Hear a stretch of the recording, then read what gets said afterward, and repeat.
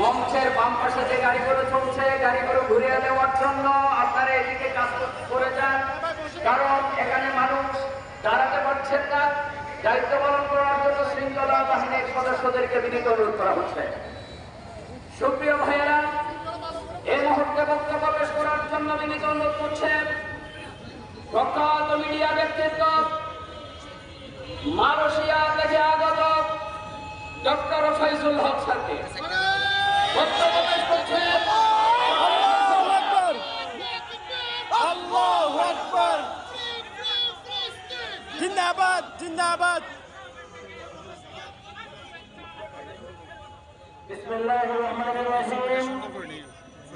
সংগ্রামী চট্টগ্রাম জনতা, আসসালামু আলাইকুম ওয়া রাহমাতুল্লাহি ওয়া বারাকাতুহু। ওয়া আলাইকুম আসসালাম। আজকে ভারাক্রান্ত হৃদয় নিয়ে বলতে হচ্ছে, বিশ্বের সবাই ভালো থাকলে বিশ্ব মানবতায় মুসলমান আজকে ভালো নাই। পৃথিবীর যে প্রান্তে মুসলমান আছে সেখানেই মুসলমানদের উপরে অত্যাচার চলছে, নির্যাতন চলছে, ইস্তিমরার চলছে। এই মুহূর্তে কলেমায় বিশ্বাসী সমস্ত মানুষকে ঐক্যবদ্ধ হওয়ার বিকল্প নেই, বিকল্প নেই।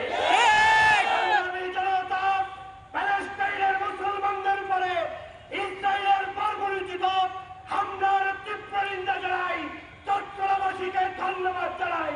দল মতের ঊর্ধ্বে উঠে সবাই মিলে আজকের প্যালেস্টাইনের মুসলমানদের পক্ষে দাঁড়ানোর জন্য আহ্বান জানাই।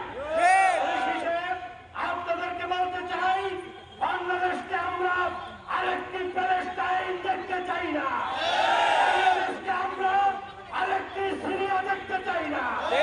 অতএব সেটা যদি দেখতে না চান, তাহলে বাংলাদেশের তৌহিদী বিশ্বাসী, কলেমায় বিশ্বাসী সকল মানুষকে ঐক্যবদ্ধ হতে হবে। কারা কারা দিয়েছেন নারায়ে